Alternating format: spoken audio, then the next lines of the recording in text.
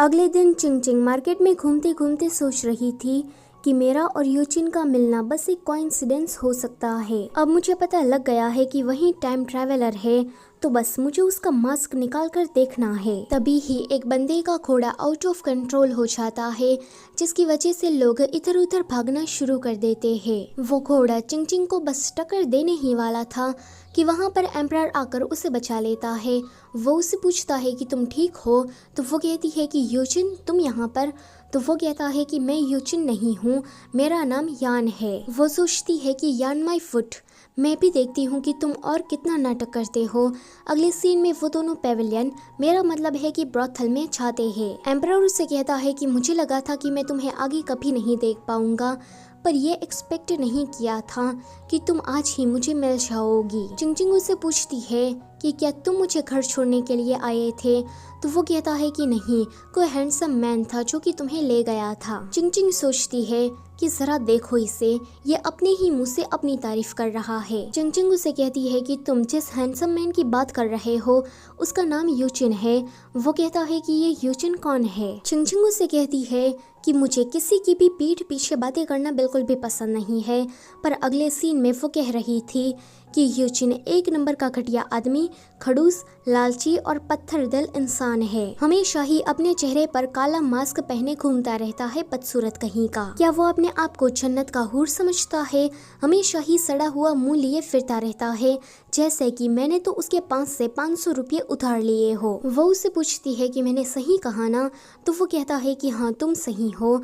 वो सोचती है कि इसे गुस्सा क्यों नहीं आ रहा। वो और भी ज्यादा उसकी बुराई करना शुरू कर देती है, पर एम्परर को तो इस बात से कोई फर्क ही नहीं पड़ रहा था। चिंग बेचारी जब थक जाती है तो वो अपने आप ही चुप हो जाती है। एम्परर उसे पीने के लिए चाय देता है, तो वो कहती है कि मुझे लोगों के बारे में बुरी बातें करना बिल्कुल भी पसंद नहीं है। ये सुनकर एम्परर को तो हंसी ही आ जाती है। एक छोटी बच्ची उनके पास आकर कहती है कि आप अपनी वाइफ के लिए फूल लीजिए, तो दोनों ही कहते हैं कि हम दोनों मैरिड नहीं है। यहाँ पर सिचुएशन थोड़ी ऑकवर्ड सी हो जाती है। अगले सीन में वो दोनों घर वापस जा रहे थे। एम्परर देखता है कि कोई उसका पीछा कर रहा है, तो वो चिंग से कहता है कि कल लालटेन फेस्टिवल है, तो हमें भी एक लालटेन बनाना चाहिए। इतना कहकर वो उसको शॉप में लेकर जाता है। सामान खरीदने के बाद वो कहता है कि तुम लालटेन बनाओ, मैं थोड़ी ही देर में आया। फिर चिंग लालटेन बनाने लगती है, तो दूसरी तरफ एम्परर उस हमलावर को पकड़ लेता है। उस हमलावर के हाथ में एक अजीब सा निशान था, तो वो जियान रेन से कहता है कि इस निशान के बारे में पता लगाओ। उसके बाद एम्परर शॉप में आ जाता है, तो देखता है कि चिंग ने 2 लालटेन्स बना लिए हैं।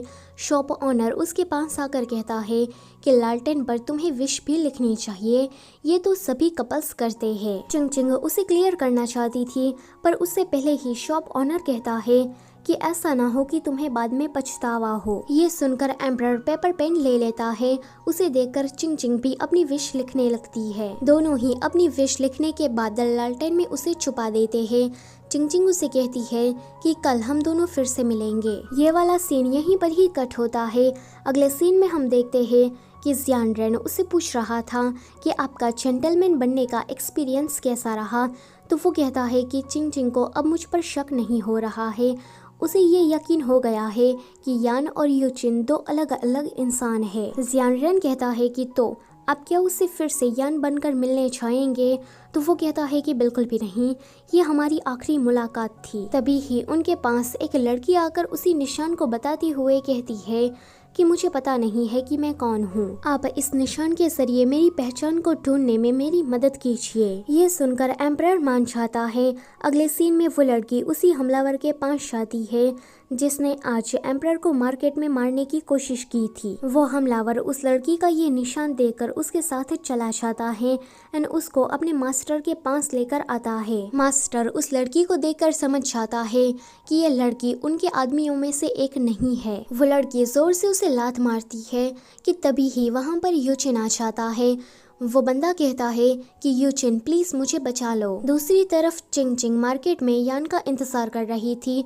उसका मन करता है कि वो यान की विश को खोलकर पढ़ ले, पर वो ऐसा नहीं करती एंड वहीं पर ही खड़े रहकर उसका इंतजार करने लगती है। एक फ्लैशबैक में हमें दिखाया जाता है कि वो लड़की एम्परर से कह रही थी कि जब तुम सरहद पर थे तब तुमने ही मुझे एक बार बचाया था, उसके बाद मेरा मेमोरी लॉस्ट हो गया और मुझे ये पता नहीं है कि ये निशान मेरी बॉडी पर कैसे आया। तो ये सुनकर एम्परर उसकी मदद करने के लिए मान जाता है। प्रेजेंट में एम्परर उस बंदे से कह रहा था कि तुम दायु से हो और तुमने ही चाओ फैमिली के घर में उस यूनुक का खून किया था। ये सुनकर वो बंदा भी कन्फेस कर देता है कि हाँ वो दायु से है और उसी ने ही ये सब कुछ किया था। एम्परर उससे पूछता है कि इन सभी चीजों के करने के पीछे तुम्हारा मकसद क्या था, कि तुम्हारे पीछे और कोई भी मास्टरमाइंड है या फिर तुमने अकेले ही ये सब कुछ किया था। वो बंदा कहता है कि मेरा मकसद तुम हो, मुझे तुम्हें तुम्हारी पोजीशन से हटाना था और उसके बाद तुम्हें मार डालना था। वो तुम्हारा नालायक और निकम्मा एम्परर तुम्हारे जाने के बाद कुछ भी नहीं कर पाएगा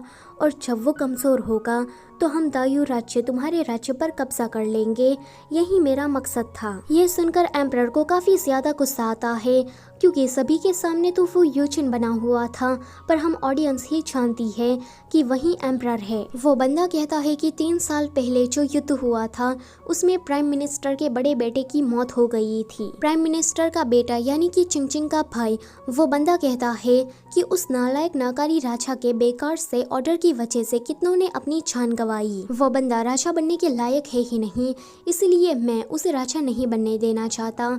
एम्परर सोचता है कि उस टाइम वो ऑर्डर एम्प्रेस डाउचर ने दिया था, वो भी एम्परर के नाम पर। जब एम्परर को इसके बारे में पता लगता है तो वो एम्प्रेस डाउचर से पूछता है कि आपने मेरे नाम पर ये सब कुछ क्यों किया। तो एम्प्रेस डाउचर कहती है कि तुम अभी छोटे हो, तुम्हें अभी रणनीति राजनीति कुछ भी नहीं आता, तो मैं जैसा कहती हूँ वैसा करो। ये सब कुछ सोचने के बाद एम्परर को खुद पर ही गुस्सा आता है कि वो कितना बेकार सा राजा है, अपनी प्रजा के लिए स्टैंड भी नहीं ले सकता। वो बंदा बोले ही जा रहा था तो एम्परर गुस्सा होकर उसे जेल में डालने का ऑर्डर देता है। फिर वो उस लड़की से कहता है कि तुम्हारी पहचान अब क्लियर हो गई है कि तुम दायु राज्य की नागरिक हो, तो तुम्हें वहाँ चले जाना चाहिए। इतना कहकर वो जाने लगता है, पर वो लड़की कहती है कि तुमने मेरी जान बचाई है तो तुम मुझे अपने साथ रख लो, पर वो तो उसकी बिना कोई बात सुने हुए ही चला जाता है। बाहर वो आसमान की तरफ देखता है जहाँ पर फायरवर्क्स हो रहे थे। जियानरन कहता है कि फायरवर्क्स होने का मतलब ये है कि लालटेन फेस्टिवल खत्म हो गया है। यहाँ पर चिंगचिंग अभी भी एम्परर के आने का इंतजार कर रही थी। पूरा मार्केट खाली हो गया था, लोग अपने स्टॉल और दुकान बंद करके घर जा चुके थे। पूरे मार्केट की लाइट्स भी ऑफ हो गई थी एंड सड़क पर सन्नाटा छा गया था। अब चिंगचिंग से रहा नहीं जाता तो वो एम्परर की विश को खुलकर देखती है जहाँ पर उसने एक पोयम लिखी थी जिसका मतलब सेपरेशन होता है, यानी कि अलग होना। चिंगचिंग समझ जाती है कि अब वो यहाँ पर नहीं आने वाला, तो वो भी सैड होकर घर जाने लगती है कि तभी ही वहाँ पर कुछ लाइट्स ऑन होती है। वो जब पीछे मुड़कर देखती है तो वहाँ पर एम्परर खड़ा था। एम्परर ने उसके लिए फायरवर्क्स प्लान किए थे, जिसे देखकर चिंगचिंग बहुत ही ज्यादा खुश हो जाती है एंड उसे लेट आने के लिए माफ कर देती है। वो उसे पूछती है कि तुम ट्रैवलर हो ना, तो वो समझता है कि ये मून ट्रैवलर की बात कर रही है। तो वो कहता है कि हाँ मैं एक मून ट्रैवलर हूँ। वो कहती है कि फिर तुम इस कहानी में कैसे आ गए। एम्परर को ये सवाल थोड़ा अजीब सा लगता है कि तभी ही वहाँ पर कुछ बच्चे आकर चिंगचिंग के साथ खेलने लगते हैं। चिंगचिंग भी उन बच्चों के साथ बिल्कुल बच्ची बनकर खेल रही थी। तो ये देखकर एम्परर कहता है कि मुझे पता नहीं था कि ये इतनी ज्यादा क्यूट भी है। इसी के साथ पार्ट नंबर 3 होता है यहीं पर ही खत्म।